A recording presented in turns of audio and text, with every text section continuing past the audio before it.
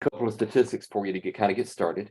Agriculture, food, and related industries contributed $1.055 trillion to the U.S. gross domestic product in 2020. That's a 5% share. The output of America's farmers contributed $134.7 billion of this sum. That's about 0.6% of the gross domestic product. And the overall contribution of agriculture to the GDP is larger than that because of so many ag-related sectors that contribute to the economy. Sectors including food and beverage manufacturing, food and beverage stores, food service and eating and drinking establishments, textiles, apparel, and leather products, as well as forestry and fishing. I'm going to let Dr. Eichler introduce himself. Len is a veteran and a farmer. So Len, before we get started with our opening little video here, I want to let you have a moment to speak. Good morning. Good morning. I appreciate that. Yes, I kind of done a little bit of all of it, I guess you might say. Grew up on a farm and ranch in South Dakota, did my own farming and ranching for a number of years. And in between that, I was a veteran and went back to school. I got a degree in agriculture, did that, went back and got an MBA, did that, went back and got a doctorate degree. So between that and a bunch of other things, I've sort of got a background in agriculture and background in business. One of the things I want to bring up with this whole slide presentation is that it's really focused, when we say farm, we're really talking rural, because a lot of this is rural businesses as well, when it comes to things like doing vegetable gardening and when you're working with fertilizer, doing spray, things like that. So, you know, we focus on the agriculture as if this was a farm business, but it's also related to a lot of the things to do with small businesses in rural counties. So when we get to the financing part, I want to make certain that you understand that we're really kind of talking about everything that's rural. So I appreciate the opportunity to be in here this morning. Good. We're going to take a minute here and start this little video. I think you'll appreciate this.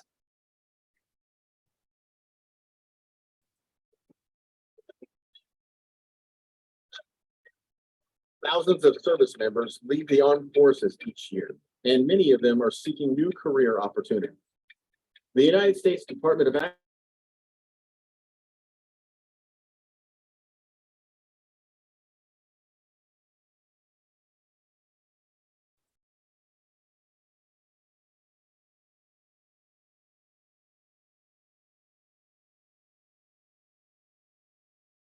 and a huge opportunity for the next generation of farmers and ranchers to come and be a part of growing the future. Veterans in particular have the skill set and work ethic that is directly at the heart of what it takes to make a good farmer or rancher. Farmers like Navy veteran Lenny Miles Jr. carry the responsibility for growing food, which he does on his family farm with his father and grandfather. If you're interested in owning or operating a farm, Lenny has this to say. There's endless possibilities of where you could go as a career in agriculture or farming, and you just feel responsible to present good products for consumers and compelled to take care of the land. Farmers and ranchers understand that the land is a resource to be protected and enhanced. Lenny uses farm loans from USDA's Farm Service Agency and participates in the Conservation Reserve Program and the Conservation Reserve Enhancement Program to improve wildlife habitat and erosion control. So with the CRP and the CRUP programs, we take traditionally unproductive land out of farming production and put into conservation. It's important to be a good steward of the land and to be a responsible farmer. But Lenny isn't alone. Other farmers have taken up the reins as farmers. They come from occupations you wouldn't necessarily expect. Tom and Anita Roberson both served in the Army, a combined 34 years in the medical field. Tom worked in private practice for several years before leaving the medical field for a new kind of field. As beginning farmers, the couple then worked on their passion in farming, and not too long after, they were operating their own farm. If you want to get into farming, the only excuse that you have is yourself, because the resources are there.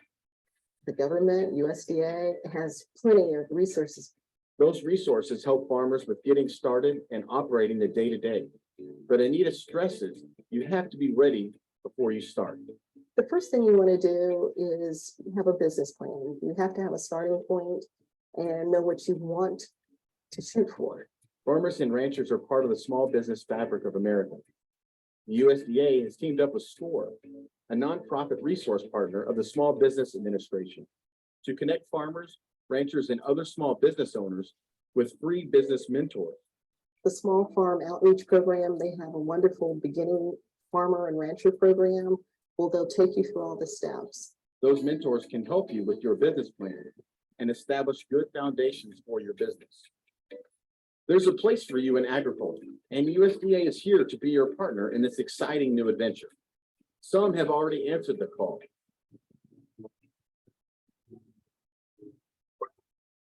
Come talk to us today.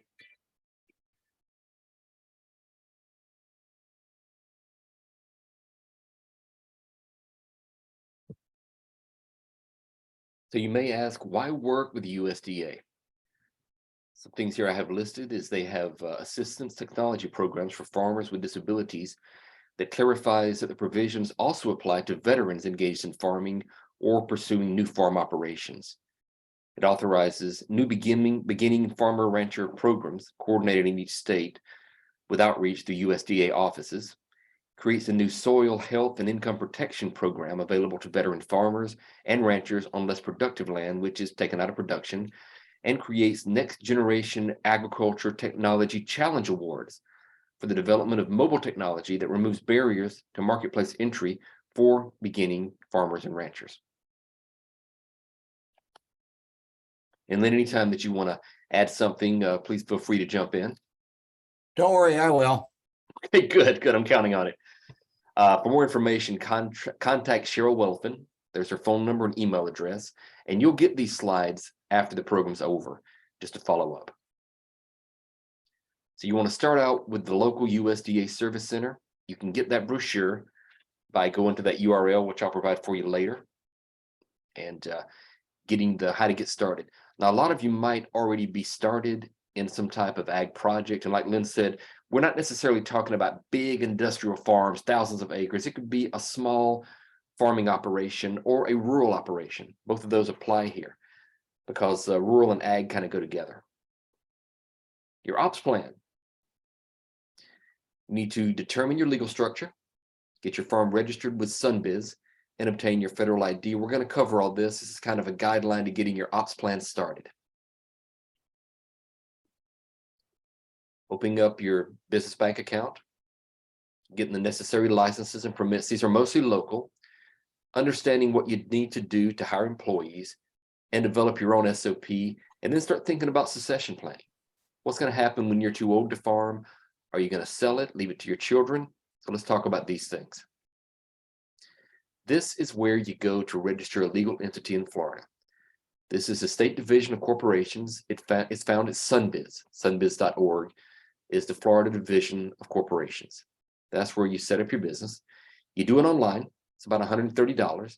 That way you have a legal entity that separates your personal assets from your business assets, which is why you need to form your own business bank account. And that's pretty much standard with any business, but it also is standard with a farm operation. This is a business that you hope to make money from.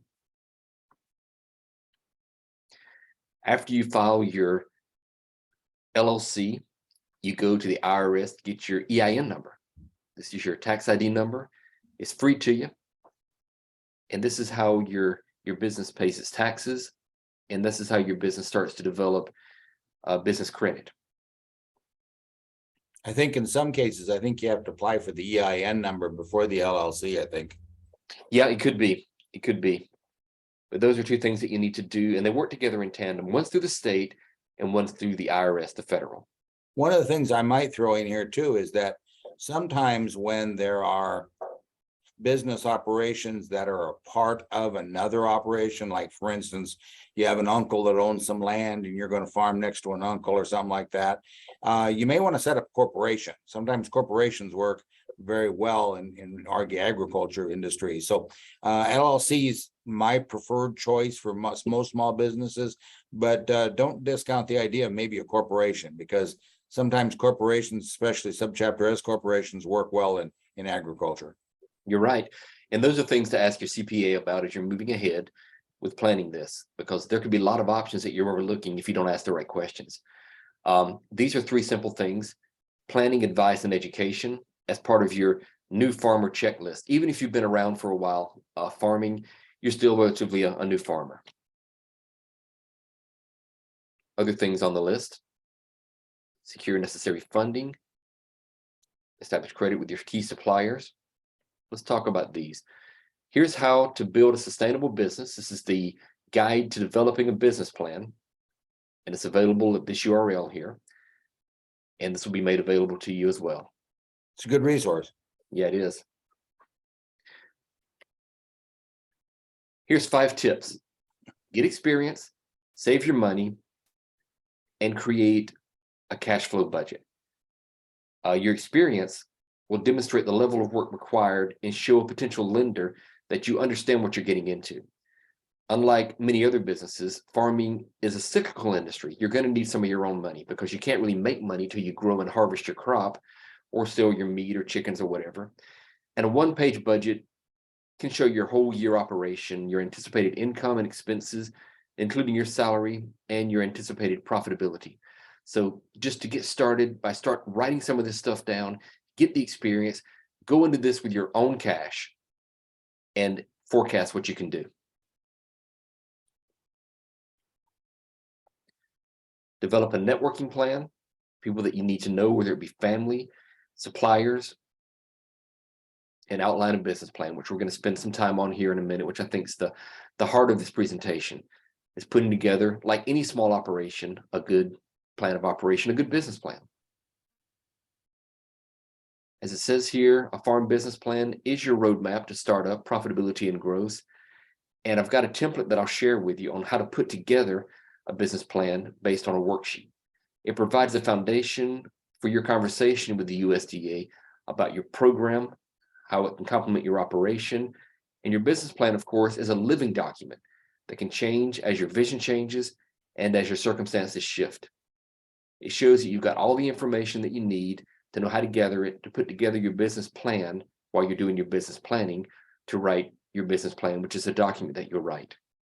I think the important thing about the template is that with agriculture enterprises, you typically have to break things down into individual crops, individual livestock, stuff like that. So your bookkeeping is really a matter of each individual section that you sort of have to have each one of them stand alone, because you can't just say, I'm going to raise goats or I'm going to raise sheep. You got to say how many and where they're going to be and how you're going to do it. So sometimes your planning is really broken down into segments. It's still a business plan. It's still a bookkeeping, but you've got to be kind of careful, because if you go to a lender and you say, I want to do this, they're going to ask you for details. And so you need some of the details in these plans. That's right. This is kind of a breakout of what the farm business plan worksheet looks like. You can list your income, expenses, non-operating, and your capital, which is going to be your sales. So this is what you'll get. This is how you put it together. This is a business plan for crops.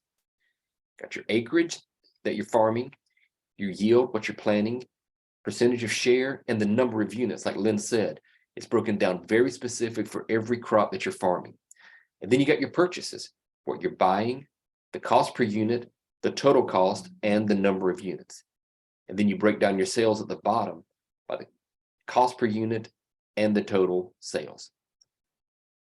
And this will make more sense when you start to do it. So that's kind of what you're doing for crop production. Your acreage, your yield, percentage of share, and number of units. So see how specific this is? A lender wants to know how many goats, where you're going to get your food from, where you're going to, do your operations. And then want to know what your projected sales are and your actual sales by the unit and the total dollar amount. We have a similar worksheet next for livestock and animals. Again, it's the number of units purchased or raised, their weight, the dollars per unit, and the total dollar. Death or loss needs to be calculated as the total number. And your sales, the number of units, the weight, the dollar per unit, and the total sales. This is a good way to forecast what you're going to be doing in your farm business plan for your operations. Any thoughts, Len? Yeah, I think maybe this might be a good time to see if anybody's got any questions. We've been zipping through this thing real quick. Janice, are you monitoring the chat there so we can? I am. I don't see any questions there, but feel free to unmute yourself if you'd like to ask a question. Good. So this is just, it gets kind of basic, but really, this is what you really need to know. These are things that can be counted as expenses for your farm expenses. This is the first page. Just going to let you look over this. I don't need to really read it to you, but these are things that you can count as your expenses when you're putting together your farm business plan. I think it's important to add somewhere in here that you probably are never going to be able to purchase everything you need. You're not going to be able to buy every tractor, every truck, every tiller, every hoop setup that you need for your gardens. I don't know what they're called, hoop gardens or something like that, but it takes a lot of money and you're not going to be able to buy all of it. So sometimes you're going to have to figure out ways to use friends, family, relatives, your neighbors.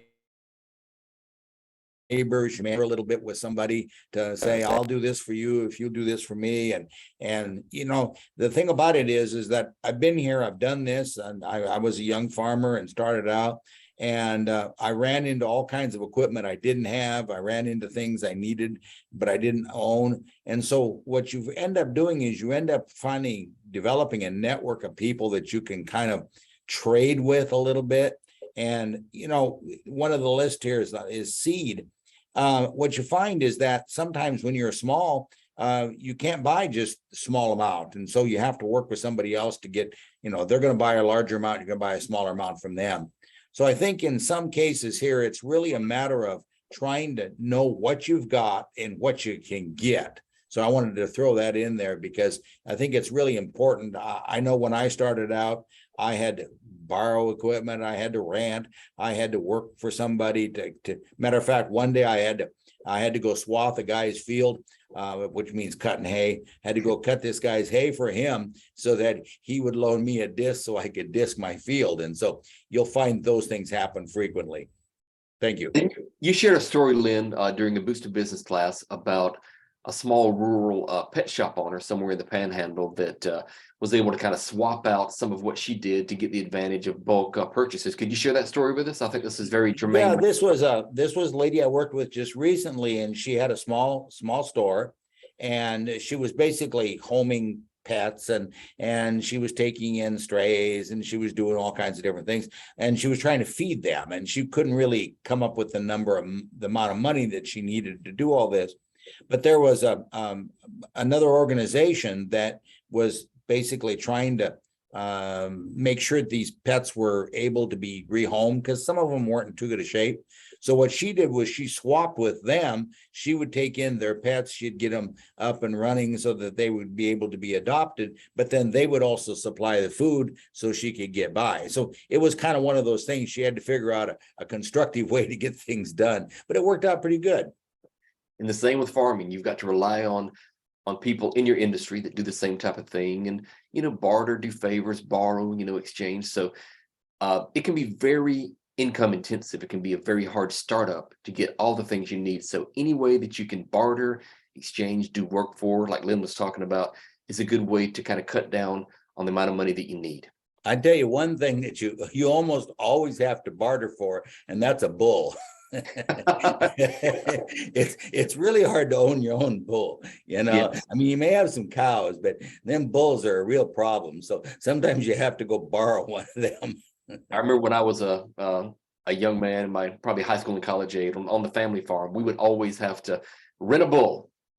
And those guys were hard to keep pinned up. They were ornery. They ate a lot. Yeah, it was a big trouble, but it was a lot cheaper than buying a bull. And we always got a different bull every year. So, yeah, that's right. You only need them for a little while. So a little while, yeah. Bull's happy, we're happy. The owner of the bull, the farmer, gets paid. So, and as it said there, like Len said, that first line exactly is what we're talking about. Other farm expenses include, you know, your fertilizer, freight and trucking, gas, fuel, oil. So those are some things that might be expenses that you need. Some you can borrow. A lot of them, if you can be creative and constructive, you can find a way around it, because the most important thing is keeping your fixed costs low and your variable cost high. That means you're selling a lot, and that's what you want to do. Another example of the final things that are listed as farm expenses. Don't forget about your insurance. Every small operation needs some type of insurance. You're going to have to pay your labor. We'll get into how to do that here in a minute. And of course, rent on machinery, equipment, vehicles, and the interest. I'll let you look at that for a minute. Sometimes rent includes leases where you, and sometimes equipment, the equipment manufacturer has a program where it's, it's a lease to purchase agreement. Those are really popular with things like trucks and tractors and big equipment.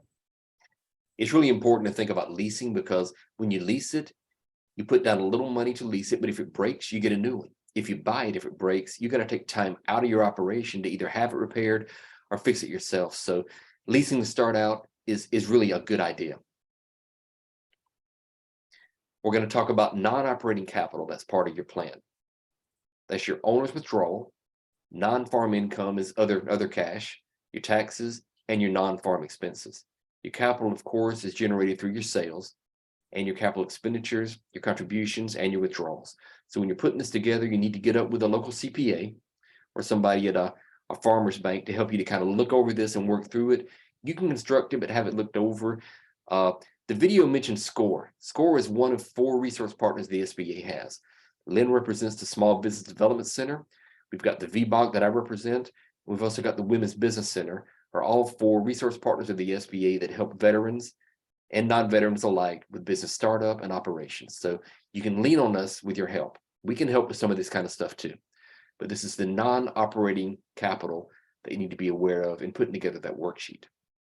Quite frequently, you'll find that whenever there's a startup, that you can't really quite do it all at one time. So you may have to have a job on the side. One of the members of the family may have to work outside the farm to have money to come in monthly to pay those bills. I know very, very few startup farmers that are full-time farmers without having one of the spouses working outside the farm. Pretty common. Yep, exactly how I grew up. My mom worked and my dad was a farmer. So that's kind of how it works. And so that's what we're talking about, the non-farm income. The money came from somewhere. So if you can't make it on farming alone, you need to have other income to support the family. These are the qualifications for what's known as a young and beginning small farmer to qualify for a small farmer loan. Young, 35 years of age or less than 10 years of farming experience, and less than $250,000 in annual gross farm sales. So that's pretty much most people on this webinar, I think, would qualify, for that. That's just the qualifications as we get into it.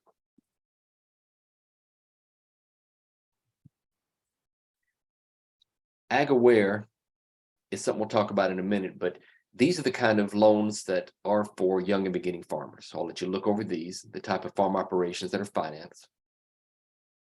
And Farm Credit will be with you every step of the way throughout the lending process, from the small tracts to large tracts, new construction, renovation, lot purchase, to even recreational properties, in the farming thing in rural areas. So take a look at this list and see if your farm operation falls within one of these. Let's make sure we don't get too confused here. There's USDA is one thing, Farm Right. Credit's another thing.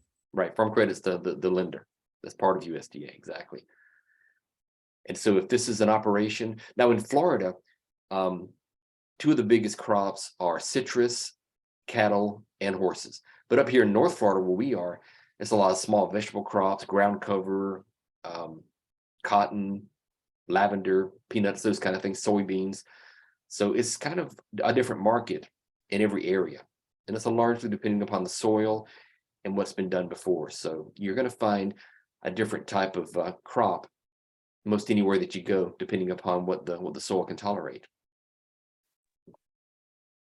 Hey, Brent, we have a question. Okay, see if we can answer that. Is there any Great question. requirement to the amount of acreage needed in order to qualify for a loan? That depends upon what you're asking for. That I don't think so. Lynn, any thoughts on that? Well, you're right. I think it depends. Now, for instance, if you're going to get into raising cotton, you can't really raise cotton on 2 acres, So, yeah, in some cases, but I think you can start a fairly small operation on 10 acres or something like that, if you're raising vegetables, or, even goat farming can be done on 10 acres. So yeah, I think it's a good question. I think it depends on what it is you're doing. Yeah, or you could do goats and maybe corn and use some of the acreage to farm a crop and some of the acreage for your animals. So yeah, it really depends on the specific thing. But banks don't really look at the amount of acreage. They're looking at what supports your operation. You also you don't always have to own all the land either. I mean, sometimes it's land that you just simply lease. And so, sometimes that adds to your acreage. That's right. We Yeah, also these are some have of a the type of things. participant on the webinar, Richard Scott, and he is with SCORE in Virginia. And Okay. if he can unmute himself, I think he would like to make a comment or something here about the programs that they offer. Sure. Well, actually, I'm not with SCORE. I'm a veteran. I'm just asking if there is a program, if contacting SCORE here would be best for me in regards to. You could contact SCORE there or the VBOC that covers your area. Okay. And but yeah, because it's going to be very specific to the type of crop you grow, which will be very specific to the type of area that you're in. SCORE are volunteer mentors that are part of the Resource Partner Network. And there are some SCORE mentors that have farming experience. So that would be a good start if you're not already in operations. You'll Yeah. find SBDCs in all states too, but not every SBDC has an agriculture guy like me, Right. so it would depend. We're the farm people. So That's very good to know, because as I move forward, I may be contacting you for your advice. You can do that. yeah, certainly. Just Lynn and I have got kind of a farming background, especially Lynn. So we thought that it would be, a good thing to do. Farming is really a good industry for veterans to be involved in.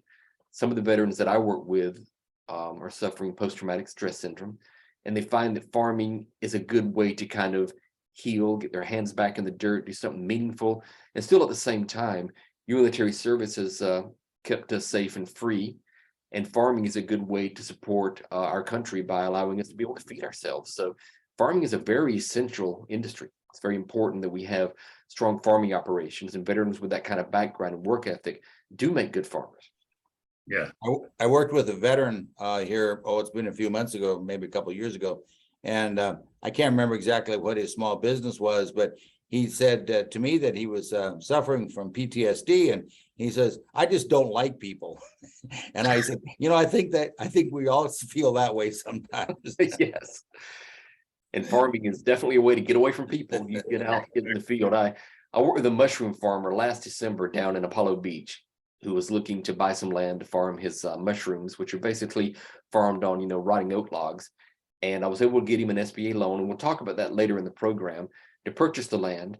And then his wife was able to start growing some lavender. So they're doing really good. Look up Foxhole Farms online and find out what they're doing. They were very successful, but it's good to help veterans, to move ahead with farming, because he certainly is doing a wonderful job. AgAware is a program designed to promote and educate the next generation of young, beginning, or small minority farmers. In this instance, veterans are considered a minority. It equips farmers with the skills they need to hold onto and build a business plan, or improve an existing plan, analyze their cash flow to make their current operations more profitable. And AgAware does this to help veterans. And I'll provide the web address for you to get involved with AgAware. As I said, it helps veterans to be better farmers.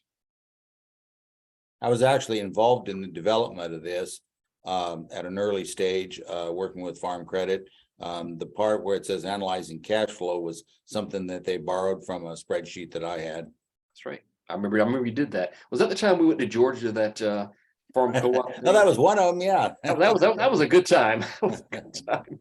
Big tractors, but anyway. Hiring employees. This is kind of a built-in. You can use the Florida Career Source.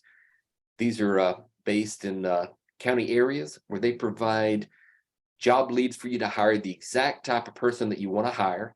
The Career Source Florida is a network that stands ready to assist employers in finding talent to match their specific business needs from entry level to experienced workers.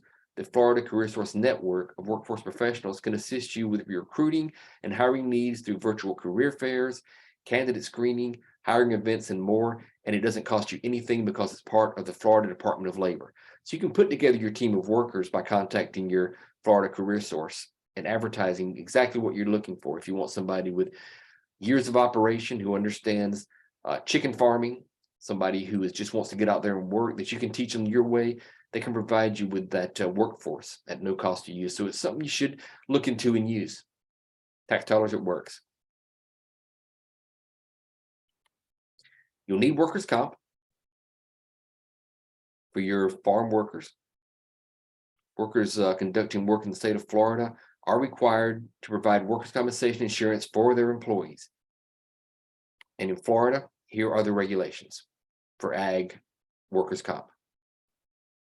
The other thing you can do if you only need somebody part-time and sort of once in a while, you can actually lease employees from one of these leasing programs. Right. Kind of, you know, they handle all the workman's comp and all the withholding and everything for you. I do that in small businesses. I've never done it on a farm operation, but I do it quite a bit with small businesses. It works well. Yep. A lot of time they can provide labor that, like Len said, they do pay the workers' comp on, and their daily operations, they're paid every day. And you pay the like manpower, you pay them a certain fee and you can go recruit your labor through them. So that's certainly a good way to staff. You can staff up real quick if you need a crop harvested in a quick amount of time. So don't forget about that too, because oftentimes they won't be on your payroll for a full season just to harvest the crop, and then they go somewhere else. So that's certainly something to think about. We're going to talk about some specialty farmer groups, underserved farmers and ranchers, which include veterans and women, minorities. These are some of the specialty group known as underserved veteran farmers and ranchers are definitely included. Urban farmers, another specialty group. These are farmers that are out in urban areas and don't necessarily have a full farm. They kind of grow their product on their own land, maybe in gardens in the backyard, victory garden as they used to call them, for a small crop to maybe sell at a farmer's market or maybe a producer to a local restaurant or something like that. So there's also that need to understand urban farmers are also part of the specialty farmer groups. And a lot of you might be just this, not a large operation, but a small operation on your own property. Organic farmers, the same kind of thing. To be organic certified, you go through the USDA to get your organic certification, meet their requirements. That way, when you sell your product, your produce, your animal, whatever at farmer's market, you can put the USDA organic stamp on it. And what do you think that does to the value and the price of your farm crop? I think anybody starting out should really focus on organic. I agree. It's Hey, Brent, excuse me, but we have a question going back just a little bit about, could you explain a little bit about the types of programs to help provide your workforce? okay. Yeah. You can use the Workforce Florida, which is the State Department of Labor. You can put in a job order that I need so many people to harvest my crop of whatever you're growing, turnips or collards or corn or whatever. And so you put in a work order. You don't pay for this.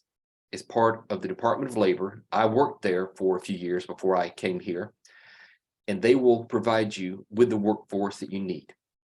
Or you can go to an employee leasing company like Manpower, there's lots of them, and put in a request. Now that's something that you pay for, but they provide workers' comp and they will get you the workers for the term that you need. If it's a week, if it's a day, if it's a season. So those are a couple of ways to staff up your farm if you need workers to pick crops or to help out with slaughtering animals or whatever you're doing.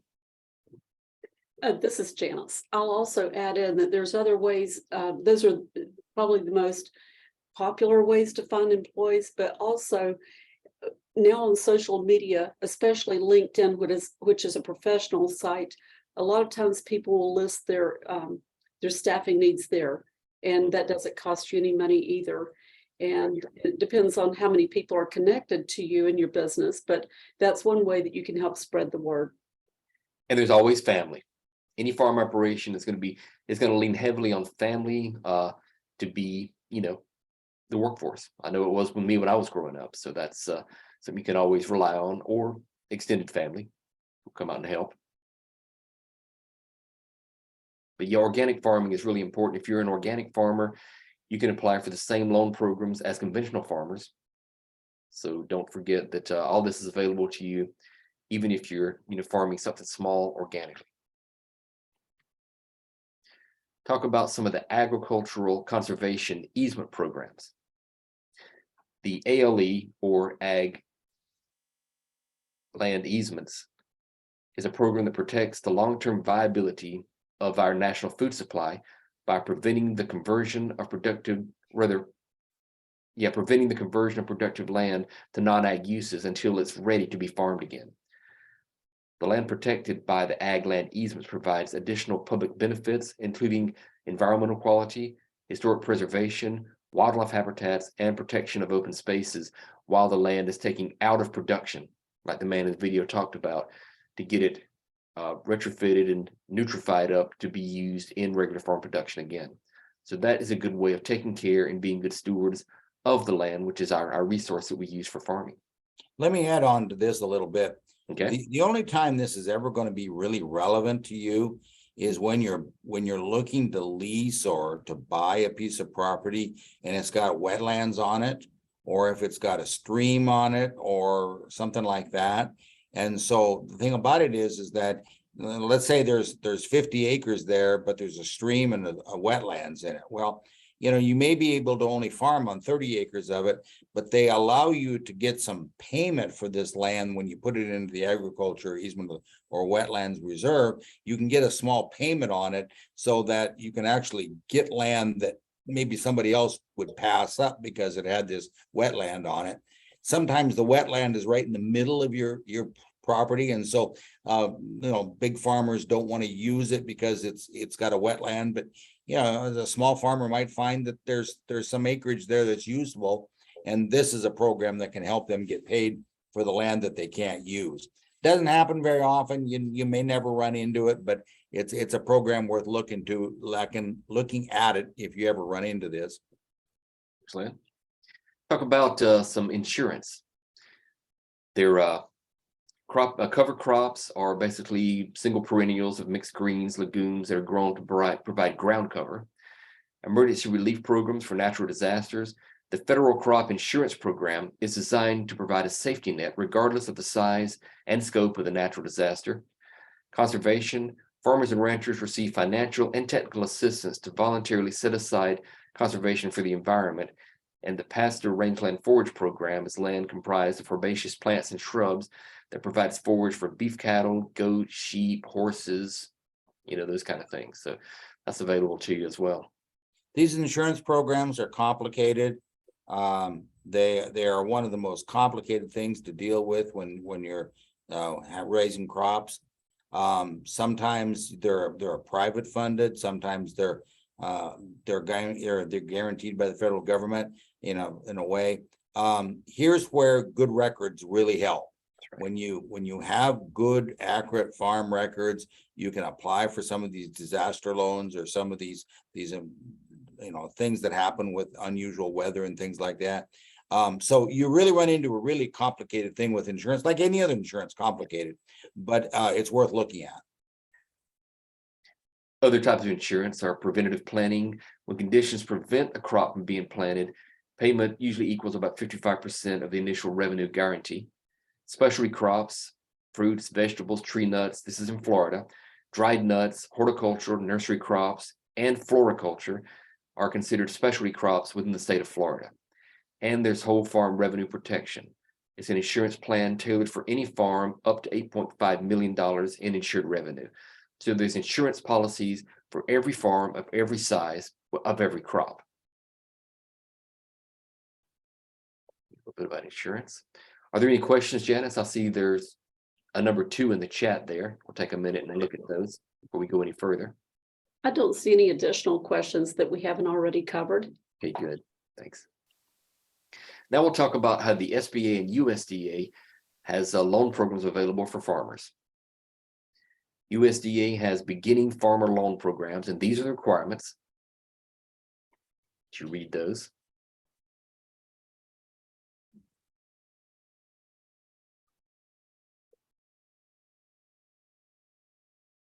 Definitely a new farmer.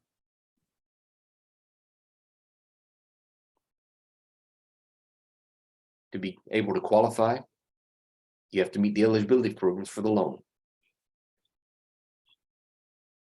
3 types are farm operating loan, farm ownership loan, or a microloan.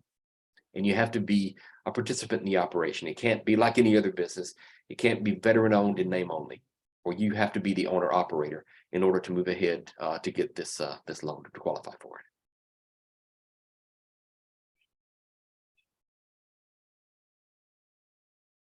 Here's some information about the USDA farm ownership loans.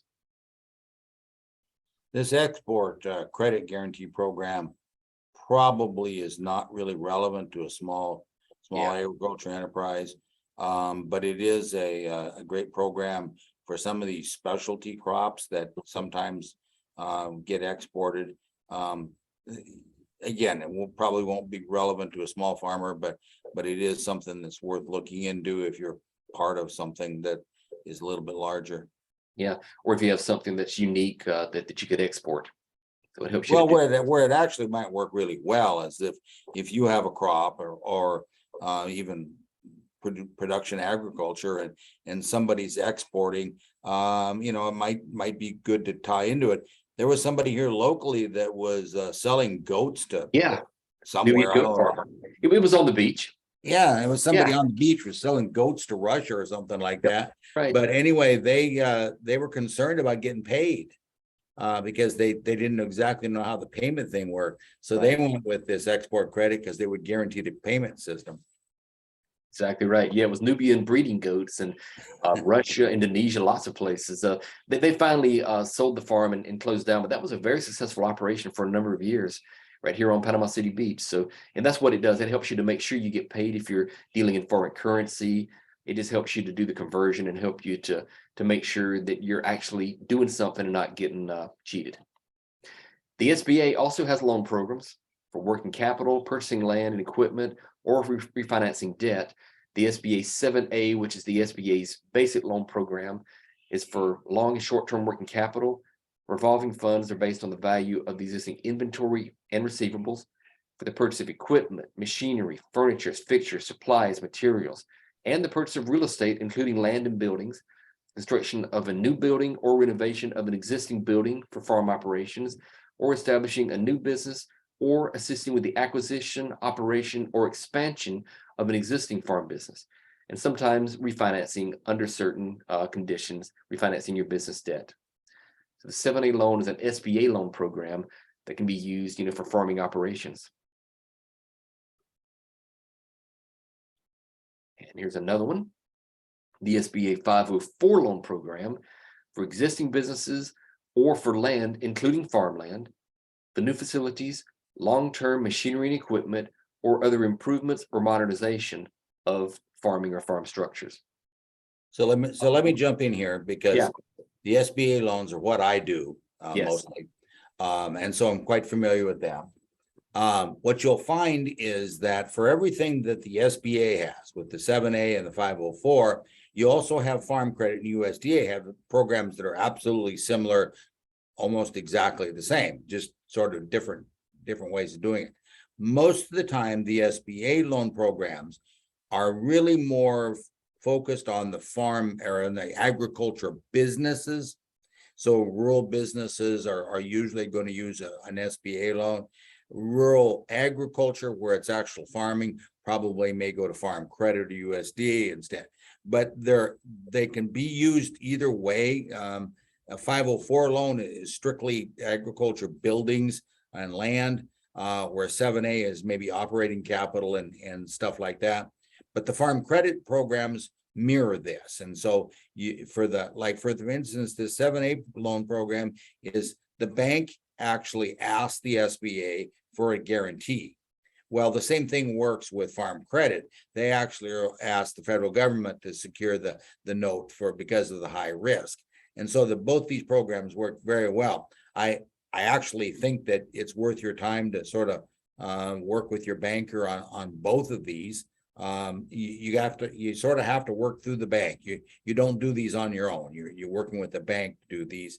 But both of them would work well for some business operations. So keep in mind that your first step is to have a good plan, to have cash flow operations so that you can figure out how the cash flow is going to work. And then you have to have a good banker to work with so that they understand what you're trying to do.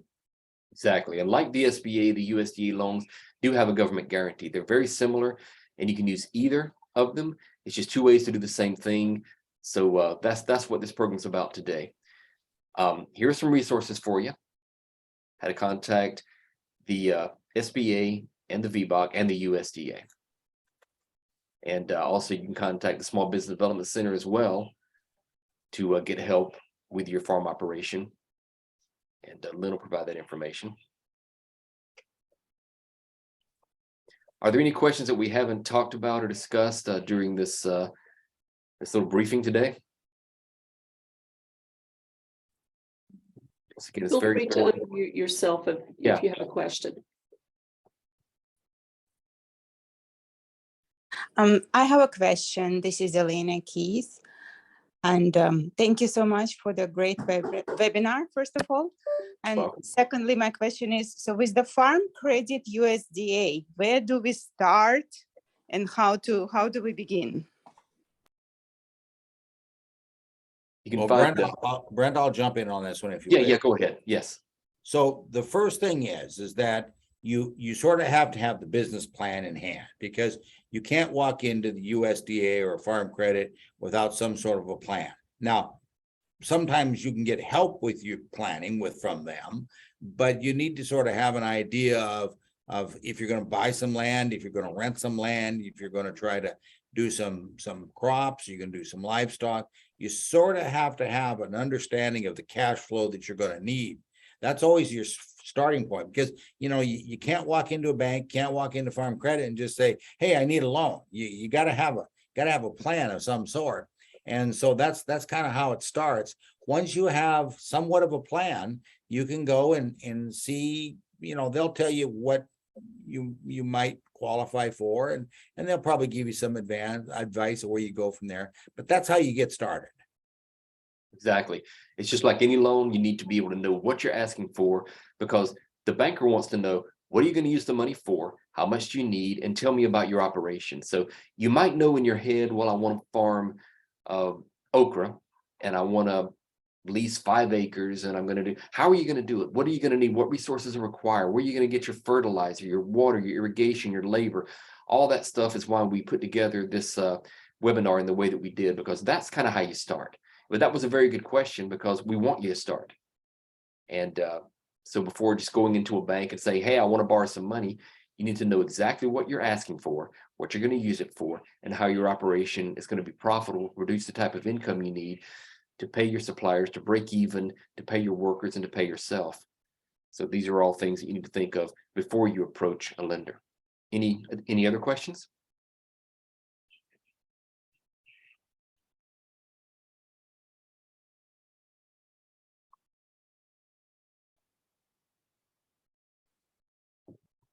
I will send you a copy of all the URLs that we spoke of. And if you registered and I have your email address, so that way you'll get that. It's just an introduction into it, because first you have to break ground before you can actually start a business. The same with farming. And this is kind of a breaking ground introduction to farming. If you've already gotten started, good. If not, think about it. If you've gotten started and need help, we can assist you anywhere during the process. Janice? I appreciate both of you sharing your expertise and knowledge today. And we'll be sure to send this video out to everyone who attended. We'll also post it on our website. So if you don't happen to see the email or just want to refer back at any time, go to our website, which is VBOC.org. And that stands for Veterans Business Outreach Center.org. And click the tab for videos and you'll find it there. Give us about half a day at least to post that. But also, if you'd like to become a client and get one-on-one counseling, you can certainly do that also at the same website on the homepage. Again, there's many resource partners within SBA to help you. And there's the Small Business Development Center, Women's Business Center, and SCORE, as well as VBOC. So reach out to any or all of us. We're all eager to help you at no charge. And I was going to say, Dr. Eichler, I appreciate working with you. Do you want to put your contact info to work with some of these local folks out there? Yeah, I thought maybe you already had it on the slide somewhere here, but Yeah, but I had SBA, but yeah, I think they can contact anybody who gets this. If they want some more information, they can contact me. I think it's great that we stayed on time here. That's pretty unusual for most of these webinars. Typically they go long and get drawn out. So we did pretty good today to stay on task. well, it's kind of like Len, like the guy that gets in a cab in New York City and he goes, how can I make it to the big music hall? And the cabbie goes, practice, practice, practice. Yeah. So yeah, I did practice this Friday to get it. How do I get to Carnegie Hall? Carnegie Gotta Hall, practice, right. practice, practice. Yeah, that's how it goes. But good enough. We're glad that you came today. We're glad that you have an interest in farming. We think that farming is very important to securing our national interest, to being able to feed our people. We think veterans make great farmers, and there's programs to help you to get started. And first, come up with a plan of what you want to do, how you want to do it. You can always scale later. What's your scope? What's your vision? And we'll take it from there. thank Yeah, you I think both very much. I think it's really good to have some sort of a grasp on what you're going to raise and what you're going to sell and how you're going to sell it. I worked with a gentleman here, it's been a couple of years ago now, that wanted to raise fish. And while fish was a pretty good idea, he didn't have any way to sell them. And so it's like, well, wait a minute now, before we start raising these fish, what are we going to do with them? And that was sort of like, well, I don't know, I'm just going to raise fish. And I said, no, we got to have a plan here, man. We can't just start raising fish, Long term, yeah, all the way to the end. So that's what the plan does for you. It gives you the full answer to everything you need to know about your farm operation. Well, I thank you all for attending. Yes, me too. Janice, at this time, I will conclude this webinar. Thank you, and look for the email from my office with the information that we talked about today. Len, it's been a pleasure. Thank you both. And thank you all for attending.